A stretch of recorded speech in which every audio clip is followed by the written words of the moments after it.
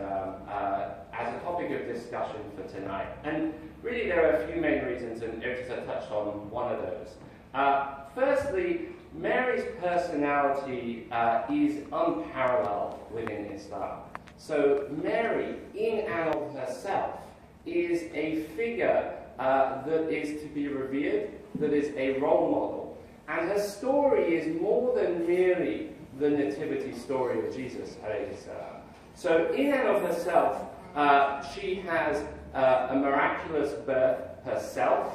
She lives a wondrous life full of miracles, a life of servitude and obedience, and serves as a role model. But also, of course, she is associated with the virgin birth. To the extent that some Muslims, or some Muslim scholars, have gone as far as to say that Mary's lofty status awards her the rank of prophethood. So Ibn Hajar al-Asqalani and Ibn Hazm of Qur'anic are of the view that she was herself a prophet. But in keeping with the Qur'anic style, Mary's story is recounted from a moralistic perspective, and that's one of the key reasons to talk about Mary, to learn from her moral background. So that's the first reason. The second reason to talk about the story of Mary, it is as a point of fruitful contact between us and the Christian faith. Imam Ali alayhi salam says, man is an enemy to that which he does not understand. And part of the painful irony here is that arguably Islam is closer to Christianity than any other faith, but that it should be seen by Western minds as the quintessence of everything that is foreign and unintelligible. So Mary is not only an inspiring figure, but also a reconciling figure, and acts as a potential bridge between the two faiths, the faith of Islam and Christianity. And this dual purpose is, in actual fact, the very purpose for the revelation of the chapter of Mary, the dual purpose of inspiration and reconciliation. And history repeats itself. So the original context being Ja'far ibn Abi Talib alayhi salam was in charge of leading the first group of Muslim exiles or refugees who were being persecuted by the Meccan people to Abyssinia. And as they confronted and were in front of the king at the time, the king of Aksum, they recited the chapter of Mary, and that brought peace to the king's heart, who was able to understand the commonalities between Christianity and Islam, to the extent that he was able to give them safe harbor. Now, history, of course, repeats itself, and if only people were to understand that there is such commonality between these two faiths, then I think there would be significantly more tolerance in the world. And finally, as I mentioned, it is coming up to that Christmas season. You can't but miss the festivities and the lights that are outside. And what better way to celebrate a period in time than to celebrate the mother who brought forth Isa alayhi salam. But the other point to mention is yesterday, December the 8th, was marked an important day in the Catholic calendar, and that is the Feast of the Immaculate Conception. So if you're wondering how you get from Immaculate Conception to Christmas in 3 weeks, the Immaculate Conception is actually the birth of Mary herself, rather than the birth of Jesus. And when we discuss the narrative with regards to Mary, we'll touch upon whether or not this is something that has any commonality in Islam. So those are the reasons why we picked the story of Mary as a discussion point for tonight. So without further ado, I want to divide the discussion of Mary into 3 key parts. Firstly, I want to talk about some of the adjectival descriptions of Mary. She's awarded a number of epithets within the Quran. She is the purified, she is the chosen, she's the obedient. She's also noted as the most truthful. And I want to focus on one of those aspects and use that as a platform to understand the deeper and richer import of some of these adjectival descriptions. a lot of some of the more notable contemporary commentators of the Quran have this idea of intertextuality. So part of the Quran explains others, and we'll pick on one of those epithets in order to get a deeper and richer understanding of what is meant by some of these lofty descriptions surrounding Mary. The second thing that I want to do tonight is to discuss some of the key points of Mary's narrative. And the point to note here is that actually the Quran has a lot more to say about the life of Maryam alayhi salam prior to the Nativity than the New Testament account. And so we can discuss her birth, her consecration to the temple, as well as the birth of Jesus alayhi salam. And then finally I want to touch upon the question of Mary's own deity. So the Quran mentions an assertion that some people in the time of the Prophet asserted that Mary was considered part of the Godhead. Is that a misunderstanding on the part of Islam, or is there a more nuanced understanding and rebuttal against Christian theology embedded within that Quranic assertion?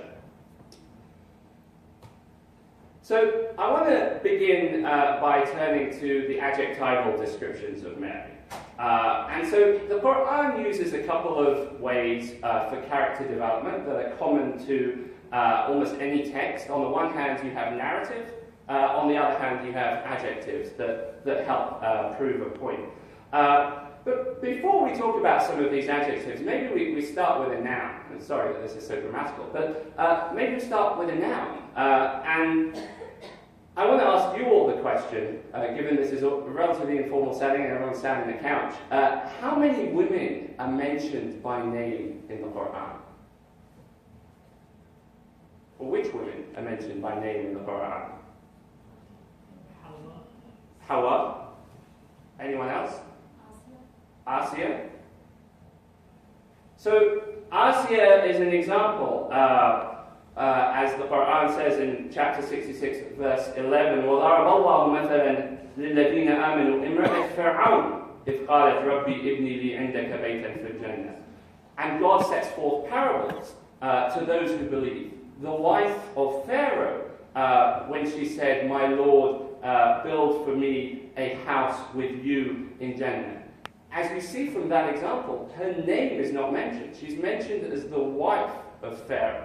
Similarly, the other women that were mentioned are not mentioned by name. We hear about the mother of Moses. وَأَوْحَيْنَا إِلَىٰ أُمِّ مُوسَى. We revealed to the mother of Moses. We hear about the Queen of Sheba. We hear about the wife of Al-Aziz or Zuleika. But none of those names are mentioned in the Quran. The only female noun name that is mentioned in the Quran is that of Mary, and that reflects her lofty status. So rather than the idea that the Quran is sexist and only mentions one woman by name, the Quran, in actual fact, does not mention names. It avoids names, and so you would be hard-pressed to pick up the text of the Quran and be able to anchor it in terms of time or place, because in the time of the Prophet, peace be upon him and his progeny, only very few people are mentioned around him. Zayd is a name that's mentioned. Abu Lahab is mentioned. But very few, even in terms of places, very few places are mentioned. And the idea here is to decontextualize these stories. And when you decontextualize the story, you achieve two things. Firstly, you achieve focus. So rather than hearing long and drawn-out genealogies about person X was the son of Y and the son of Z and so on, where we focus in on the person that matters. We focus in on Maryam. We focus in on Yusuf alayhi salam. So you don't get extraneous, superfluous detail. The second benefit to the decontextualized approach is that it universalizes the story. So because the story is not grounded in terms of time or place, there is a Mary in every time. There is a Joseph in every time. This is something that we can all aspire to. So Mary is referred to in the Quran 70 times and mentioned by name 34 times within the Quran. And that's she gets far more real estate in the Quran than she actually does in the New Testament, where she's mentioned 17 times, and the majority of those mentionings are with regards to the nativity story of Isa alayhi salam. So I want to go on to the question of the adjectival descriptions of Mary to reinforce this idea that she is of such lofty status and is an example for us all.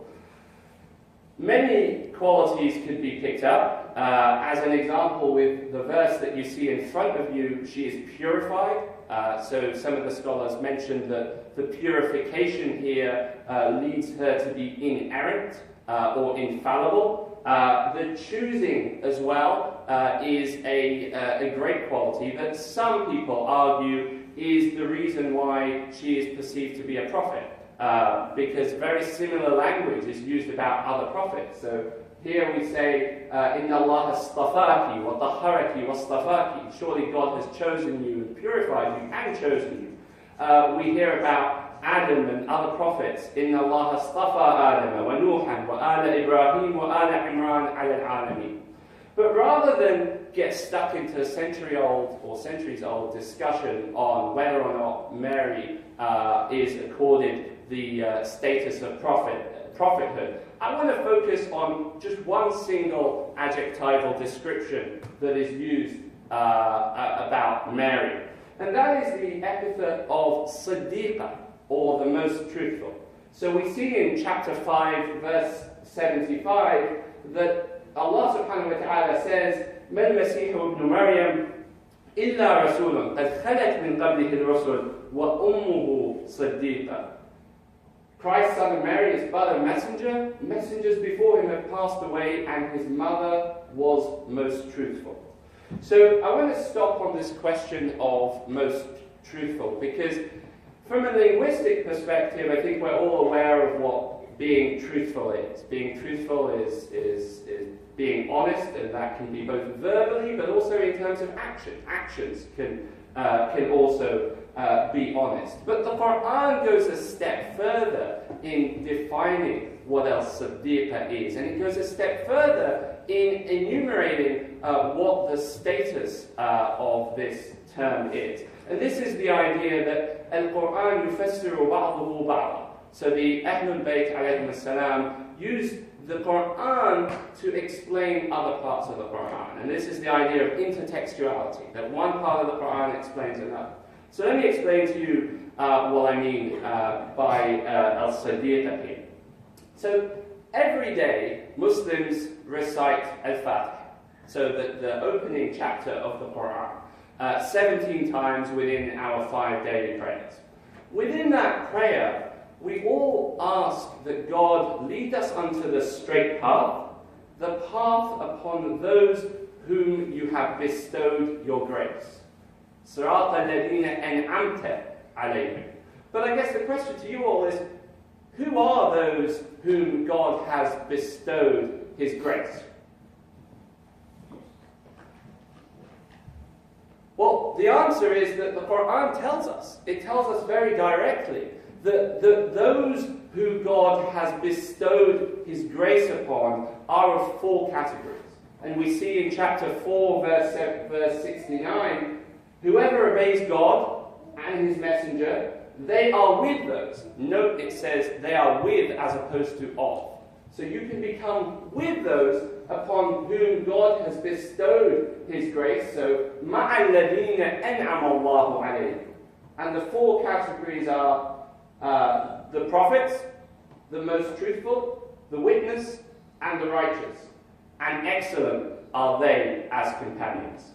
So the Siddiq is a rank below prophethood. The two are not mutually exclusive. As we see in many verses, prophets are also Siddiqs, as we see in chapter 19, for example. وَاذْكُرْ فِي الْكِتَابِ إِبْرَاهِيمَ إِنَّهُ كَانَ صِدِّيقًا نَبِيًّا. And make mention of the story of Abraham. Surely he was of the most truthful and a prophet. So, suffice it to say here that every day in our daily prayers as Muslims, we ask to be guided upon the straight path, the path of those including Mary. And the Quran, one can directly infer that she is of the second category, which is the category of As-Siddiqeen. The Quran goes a step further and actually tells us what Al-Siddiq is. It tells us what it is to be truthful. I'll leave you all to read chapter 2, verse 177. It's an incredibly high bar. You have to do all of these things in order to become those who are truthful. And that is the high bar that Maryam alayhi salam achieved, that we are all asking God daily to emulate. So let me turn to the second part of the discussion, and that is the question of the narrative of Mary as it is captured in the Quran. Many people are surprised that the Quran actually devotes so much real estate to the story of Mary. There's a whole chapter with her name. As I mentioned, she's referred to over 70 times. And those schooled in the Christian tradition often find that the understanding that they get with regards to Mary when they read the Quran is very complementary to that from Christianity. Marlies Terborg, author and philosopher who wrote the book Sharing Mary, mentions that as a child growing up in the Christian tradition, she had always imagined Mary as a beautiful, sweet, and loving mother. Or as the Christmas carol says, a lowly maid. But the Quran, whilst affirming all of those things, affirming the obedience and her being a mother, adds another dimension. Not only is she all of those things, but she's also the best educated woman of her day, which is a very interesting additional piece of information. So let's start with Mary's own birth, as this is miraculous in many ways, in and of itself. And the Qur'anic account also has an interesting subtlety that I'd like you all to take a look at. So by way of context, in the time of Mary and her mother Hannah and her father Imran, women were not allowed to be consecrated to the temple. So they were not allowed to be devoted to the temple worship. And that was because of the idea that it wasn't appropriate because of gender separation or because of the perception of menstrual impurity as being something that was an issue for entering the temple. So Hannah was barren. She was unable to conceive.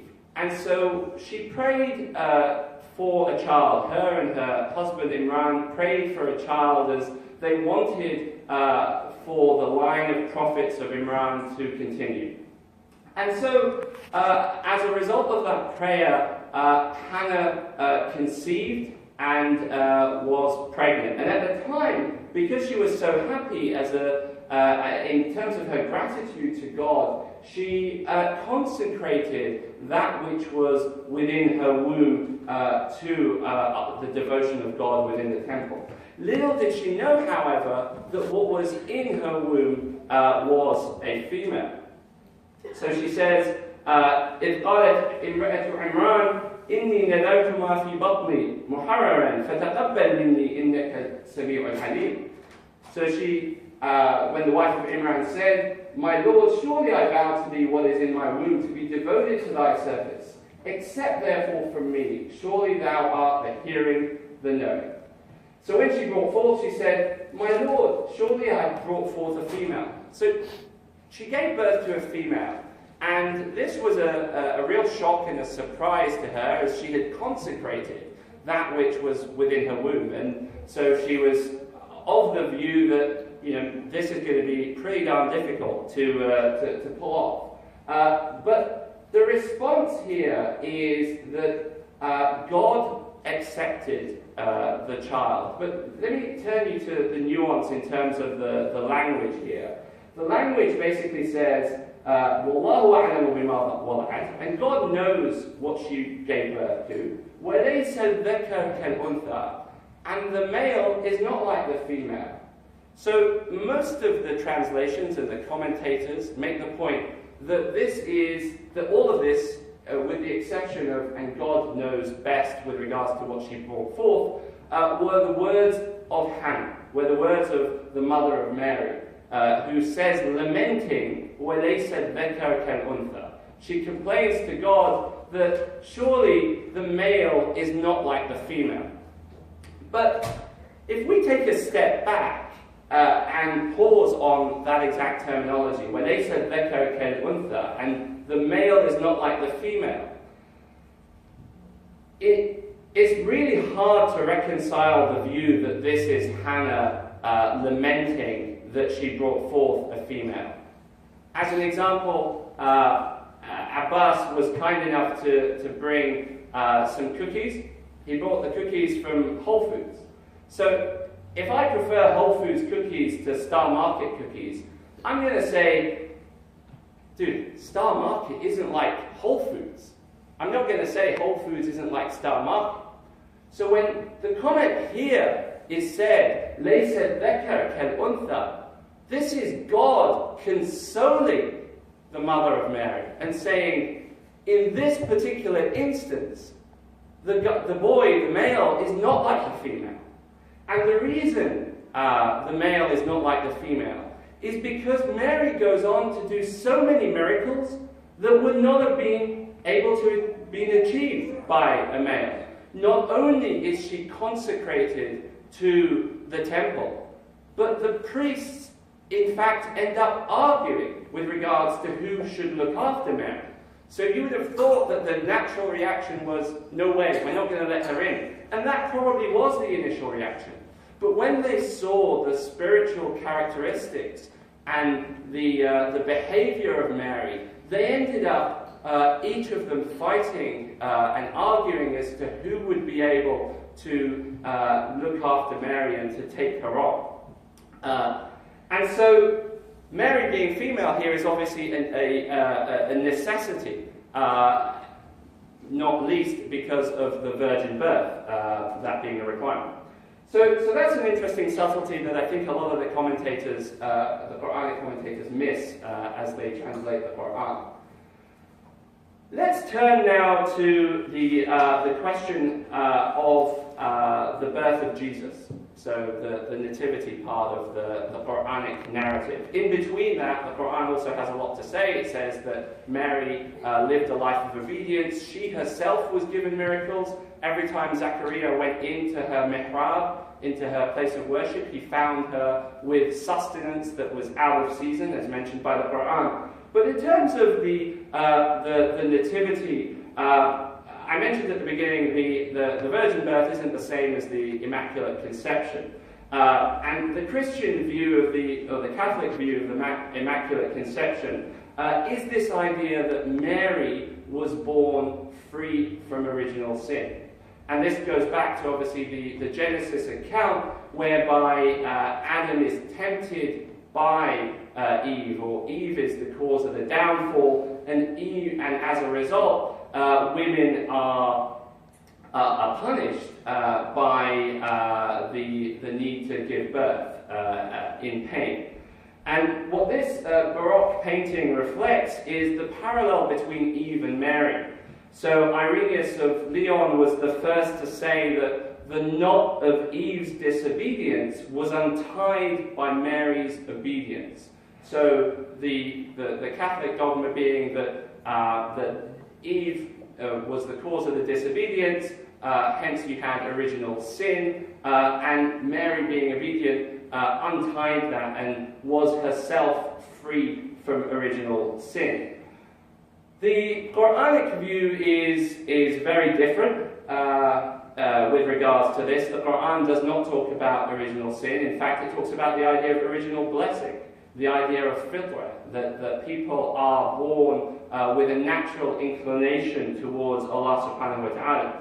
With regards to the story of Adam and Eve, the story is extremely even-handed. So it wasn't that Eve caused the descent from the garden, it was that Adam and Eve, both of them, partook in the action that led to their descent. فَأَزَلَّهُمَا الشَّيْطَانُ.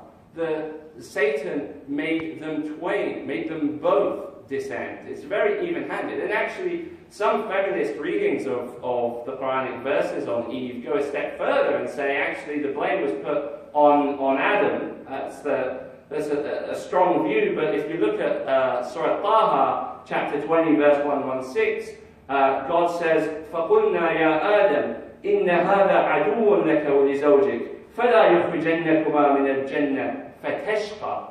So the translation being, "Oh Adam, surely Satan is an enemy to you and your wife, so let him not drive you both." See, drive you both using the dual. "Let him not drive you both out of the garden so that you come to toil." Not you both come to toil, you, O Adam, come to toil. So that's, again, a non-mainstream view here, but an interesting insight into the Qur'anic view that Mary untying the knot of Eve is something that is very much out of place. So the Qur'anic story with regards to the nativity is very naturalistic. Giving birth is seen as a form of spiritual growth. For Rumi, had Mary not felt the pangs of labour, she would have not received the gift of Jesus. Again, Rumi points out that every one of us has a Jesus inside us, but until the pangs manifest, our Jesus is not born. So, in terms of the nativity story of Isa alayhi salam, the Quran depicts Mary as being alone in the wilderness, lacking provisions. This is a young lady who has found herself to be pregnant in a very traditional and conservative society, who's clearly scared, is all by herself. Yet her biggest concern is not her physical needs, nor is it even slander on her personality, but it is rather the association of her and her faith. And that if people perceive that someone who is of such an obedient character has been unchaste, then that could impact their faith. I think it's a very similar feeling to what all of us Muslims have every day when we see, another person doing an atrocity in the name of Islam. This has nothing to do with us. It's very separate, very distant. But at the same time, you still have that feeling that someone is associating what is beautiful and untarnished with something that is corrupt. And so that was the reason behind Mary's lamenting that Ya laytani mittu qabla hadha wa kuntu nasyan mansiya. I wish that I was a thing forgotten and had not been. I wish that I was a thing forgotten. But so God rewards her, as you can see by verses 24 to 26 in Surah Maryam. God rewards her by sustenance. He provides her with dates. He provides a stream beneath her. And Isa alayhi salam, Jesus defends her in the cradle with some very interesting words. His first words are in fact a very clear defense of Mary, but also a strong rebuttal of Christian theology. He says, Inni Abdullah, surely I am the slave of God. I'm not God, I'm the slave of God. Inni Abdullah atani al-kitab. He gave me the book. I'm not the word, I have been given the word. Atani al-kitab wa ja'alani nabiyya. If you haven't got it already, he made me a prophet as opposed to God. Wa ja'alani nabiyya. Wa ja'alani mubarakan aynama kunt. And he made me blessed wherever I may be, and he enjoined on me prayer and alms so long as I live, and dutiful to my mother. And the dutiful to my mother is very simply saying that he was dutiful to his mother rather than dutiful to his parents, because he only had a mother, and that was the source of defense. So, having established the status of Maryam alayhi salam in the Quran, from both the narrative surrounding her as well as the adjectival descriptions, I want to turn to the final part of the discussion, which is the question of the deity of Mary alayhi salam. So while the Quran reveres Mary significantly, it also doesn't shy away from difference. And it doesn't shy away, as to the point that I just mentioned, from highlighting the differences between Islamic theology and Christian theology. So chapter 19 is actually a perfect example, the Surah of Maryam is a perfect example of how the Quran is staunchly monotheistic. So if you look at chapter 19, on the one hand, there is a very clear theme that humanity has a desire for children. It's a basic human need and a basic longing. So we see it with Zechariah. The chapter starts with ذكر رحمة ربك عبده زكريا إذ نادى ربه نداء خفيا. Zechariah is praying to his God, to his Lord, and asking for a child. And we're reminded of this again with the story of Mary, and we infer the story of her mother. We're reminded of this when Jesus says that he's good to his mother. We're reminded of this later on in the chapter when Abraham has a dialogue with his father. So this idea that mankind has a longing for children is a theme that is set up within chapter 19. At the same time, on the other hand, you have a counter theme that is also set up within this chapter. And this is the idea that, unlike his creation, God does not need a son. God is separate from his creation and does not have this human need. And we see it in many ways. And we see it in some of the verses that I mentioned that are extremely descriptive. So God says, with regards to the assertion that God has a child, تَكَادُ السَّمَاوَاتِ يتفطرن منه وتنشق الأرض وتخر الجبال هدا. The heavens and the earth were almost cleft asunder. The heavens and the earth are about to fall apart with the assertion that God has a son. So that's the strength with which it is put down in this chapter. The other way that we see this counter theme coming into play is chapter 19 has a very interesting rhyme to it.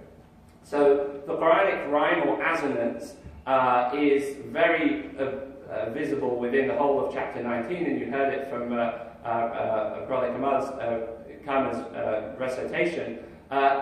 Each of the verses ends with iya. So ذكر رحمة ربك عبده زكريا إذ نادى ربه نداء خفيا قال ربي إني وهن العظم etc. And it goes on with this whole iya. But when the idea that God takes a son is invoked, you have a breakdown of rhyme. You have a breakdown of rhythm. As you hear, and again I don't need to translate because this is just about the rhythm. ذلك عيسى ابن مريم قول الحق الذي فيه يمترون ما كان لله أن يتخذ من ولد سبحانه. So you've lost the whole iya, but then very quickly you jump straight back in to this assonance. واذكر في الكتاب إبراهيم إنه كان صديقا نبيا. So you have this disruption in terms of rhythm that tells you that something very out of place, very out of sync is going on. So that's the extent to which the Quran is emphatically against shirk or against associating with God. So what about the question of Mary's deity? Chapter 5116 is a good example here. We see the assertion in the Quran, somewhat of a rhetorical question, that Allah subhanahu wa ta'ala says, Bismillah ar-Rahman ar-Rahim, وَإِذْ قَالَ اللَّهُ يَا عِيسَى ابْنَ مَرْيَمَ أَأَنْتَ قُلْتَ لِلنَّاسِ اتَّخِذُونِي وَأُمِّي إِلَهَيْنِ مِن دُونِ اللَّهِ. O Jesus, son of Mary, did you say to men, take me and my mother for two gods beside Allah? And there are several explanations for this particular idea that Mary, within the Quran, is asserted to be, in some instances, as part of the Godhead. The first explanation, and that comes from some of the Orientalists out there, is that the Quran got it wrong. Montgomery Watt, in his Muhammad at Medina, makes the point that it is indeed remarkable that there should have been, among the Muslims, over such a wide area, this absence of knowledge of Christianity. I won't entertain that with further discussion, The second theory here is that there could have been a sect at the time, the Marianites is one that's proposed, that believed that Mary was part of the Godhead. So this may have been a historical reality at the time. But a more nuanced rebuttal against Christian theology is also possible. This idea that Mary alayhi salam gave birth to something that was divine raises the question that, well, what is Mary's status? And that's the natural corollary. If you read the Quran and you understand the extent to which it is monotheistic and against any form of shirk, this idea that if you give birth to God, then you've got to be partly God. And actually, this is a discussion that raged on for centuries within the Christian faith. So it was only until the Fourth Ecumenical Council in 451 AD at Chalcedon, where it was decided that the monophysite doctrine was thrown out. So the idea that Jesus was of one part. If Jesus is of one part, then Mary gave birth to God, right? Then Mary is the God-bearer, and some would argue, therefore, that Mary is God. The way they tried to get around this was with the idea that actually Jesus is of two natures, part man, part God, and Mary gave birth to the human part of Jesus as opposed to the godly part.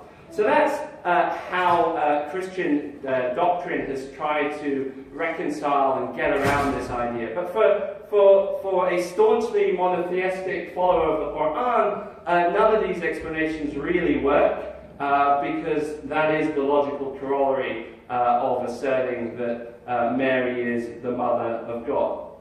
So to conclude, while the Quran doesn't shy away from talking about some of the differences on the theological level, as I've just mentioned, the understanding of Mary, or Maryam alayhi salam, is in many ways complementary to the Christian understanding and should really serve as a reconciling figure between the two faiths. There's so much that is common between these two faiths that is the misunderstanding that breeds intolerance.